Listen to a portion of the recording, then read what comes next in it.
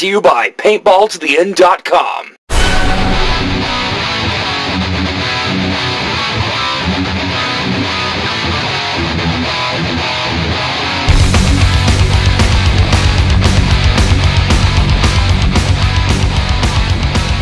Welcome to 10 Minute Marks, episode 8. We're also filming episode 9 tonight. Once again, I'm Paul. I am Jeff. And we've got a double rant edition for you, but we're going to begin with TNA. And there's a lot of things to discuss with TNA, and we've always, we were hoping that with the addition of Hogan and Bischoff, that TNA would improve, but lately we've both been very frustrated with it. I'm going to start with Jeff. He's going to begin with this. As usual, where to begin? Now, to begin with, I want to start off with some good things. I don't want to make this a totally negative rant. There are a few good things going on. The shows are getting decently better. They are watchable now. Storylines are semi-making sense. Promos are getting a lot better, especially with the addition of Anderson and his work with Angle. Desmond Wolfe is getting better. Making fun of Anderson. I mean, having Anderson in there is giving comical elements to other people as well. He's giving other people something to work off of, which is what Desmond Wolfe and Kurt Angle are doing. Eric Young has gotten a little better, his promos. Yep. I love the way he came on and said, yeah, 3-year contract holder, thank you. Yeah. I like the Anderson and Angle promo where Anderson just like, and then straightens up, and then you see Angle come in and go, snap. That was great. We like that. It was awesome. Yep. And you put him in there with the Pope, and you're finally getting some good promos that aren't just generic, cliche, tough guy, I'm going to beat you up kind of things. Those two had chemistry. It was insane. Yeah, it was. They need to put a feud with them and sprinkle them in with the belt. Yeah. No questions asked. Oh, and by the way, wasn't it I who called it beginning of the show that I said that the Pope was going to get a world title shot by WrestleMania? Ka-ching! I called it! Yes, I did. Going on, where was Eric Young during his beatdown of Kevin Nash? Yeah. During the Kevin Nash beatdown, if Eric Young is supposed to be this guy's best friend, where was he? Yeah. Missed the ball on that one, too. The main overall consensus, I think, of the past 3 or 4 impacts is just skip the past 10 minutes. Skip the last 10 minutes. Yeah. The show is pretty decent. I'll give them that. The show is getting a lot better up until the last 10 minutes. And then they just seem to blow everything out of the water that they're trying to do. Whether it be with the Kevin Nash beatdown, whether it be with Kevin Nash and Mick Foley, their hardcore match. Their hardcore match that was nothing. It's like 7 minutes long. Yeah, it's ridiculous. The whole Pope, the week before Against All Odds, how the Pope beats AJ Styles. Yeah. And then Samoa Joe exercises his feaster and fired case, and Pope is just standing by doing nothing. Yeah. Pope, didn't you just beat AJ Styles? Wouldn't you like to get in on a title shot as well, seeing as how you just beat the champion? And that would have been it for a great storyline, too, if yeah, you did it that way. It would have. A little triangle, like, yeah, going, hey, wait a minute, I should be the champion, or I should be the challenger, rather. Right, exactly. And have it a triple threat match at Against All Odds. I mean, how hard would that be? You just had Pope beat AJ Styles, and you have nothing to go off afterwards. You have Samoa Joe come in and beat everybody up, and then challenge AJ, while the Pope, who just beat AJ, does nothing. Yeah. That doesn't make no sense. Why are Jarrett and Foley having to fight for jobs when they're executives in the company? Yeah. I mean, isn't Mick Foley like an executive shareholder, and isn't Jarrett still the owner? Yeah. According to Hogan, it doesn't matter, though. According to Hogan, it doesn't matter. Hogan thinking. Yeah. I'm glad I don't think like Hogan. I really am. And the part with Jeff Jarrett that bothered me, too, and as I've said before, I'm not a huge Jeff Jarrett fan, but if you make the storyline make sense, I can buy it. The thing that really bothered me was he goes into Bischoff's office. It was demanding some sort of title shot or some sort of storyline he could work with. He didn't say it like that, but you get the idea. Right. He was looking for a bone, right? And of course, Bischoff's like, "Well, you're a great asset to this company," but he sends him to be a French fry burger flipper. Burger flipper, catering guy, whatever. Right. And he's just like, okay. Yeah. How They go with it. he just goes with it, and it doesn't make sense. How am I supposed to cheer for this babyface if he just bows his head at Bischoff? Yeah, and does a burger flipping job instead of just throwing the spatula back. Yeah. And it's, yeah. He's the founder of the company. Come on now. And he's still the owner, you know, or part owner anyway, with Dixie Carter or whatever.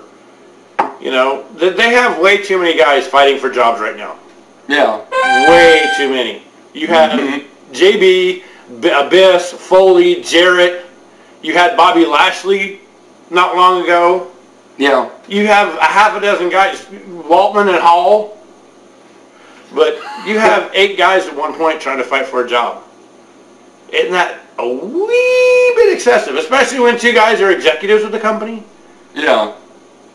You know? AJ Styles is a heel.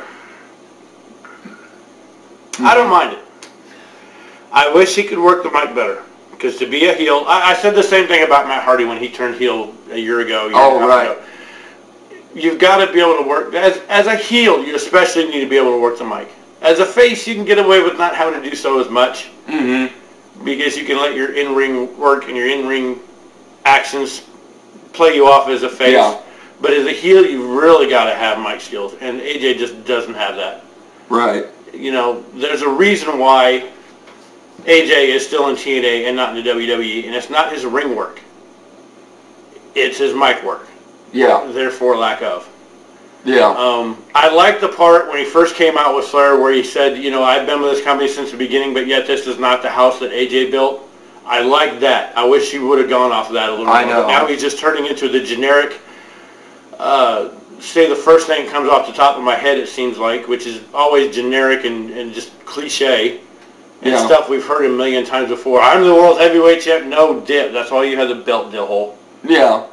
And then when AJ and Angle had their match, Hogan was like, these 2 are the best wrestlers in TNA right now. But then all of a sudden he's aligned with Flair, and all of a sudden Hogan says he's the worst champion of all time in TNA. Right. Yeah. Now, consistency is a good thing. Flair and Hogan wrestling next week or on March 8th. No, please. It's too soon. If you're going to do it, it's too soon. The thing is, when we said this in episode before, when Hogan first was rumored to sign on with TNA, if you keep your ego out of the way, you'll be all right. Yeah. What are you doing? You're putting yourself back in the ring with Ric Flair. Is that putting your ego aside? No. And you know something? And not many fans may have realized this. By putting yourself up front, you're putting your number 1 contender in the back seat. Yeah. Where was the Pope during the February 26th edition of Impact? Yeah, no joke. A week and a half after he gets number 1 contendership at Against All Odds, wins this big tournament, becomes number 1 contender. Yeah. Where is he? Yeah. Nowhere. There's no explanation of why. I haven't read anything on the internet saying he's injured or he had to leave for some reason. Where was the Pope? Your number 1 contender. By contrast, we just came from SmackDown tonight. Yeah. This is March 2nd that we're taping this. Right. SmackDown was in Wichita tonight. We came from there. Who was the first person out on SmackDown? Edge. Yeah. Number 1 contender for the world title. Where is he? He's out front. He opened the show and he closed the show. With the Big Show. Yeah. And Jericho. Where was the Pope? Nowhere. Yeah. How do you do that? How are you're taking, by letting your ego get fed again, you're taking the emphasis off the guys around you. I am glad that they let the Pope win that tournament. I am happy as hell. I know. Because we are both big fans of the Pope. Yep. And that is something you did not see in WCW, was some young guy come up. They're letting the young guys come up for once. Keep it going. Yep. Don't let him come up and then a week and a half later he's not even on the show. I want to see if he's on the March 8th show at all. Yeah. Where is he? And quickly, Kong being released, you've got to be kidding me. All because of Bubba the Love Sponge. All because of Bubba the Love Sponge. You're an douchebag. Yeah. You're a douchebag and she gets fired. Thanks a lot, Bubba the douchebag. Yeah, I'm talking to you, Bubba the douchebag. I'm sorry, but she should not get fired for that. Just because you said fuck Haiti and she took offense to it. What do you expect her to do? Anyway, Kong being released is terrible. It is terrible. Anyway, where's the knockout tag team division, by the way? Yep. What are they going to do with that now that Kong's gone? Oh, I'm sorry, did they even ever really have it? Yeah. No. That is our TNA rant for episode 8. That is what we call TNA H Day, being Hogan Day, and DAY+60.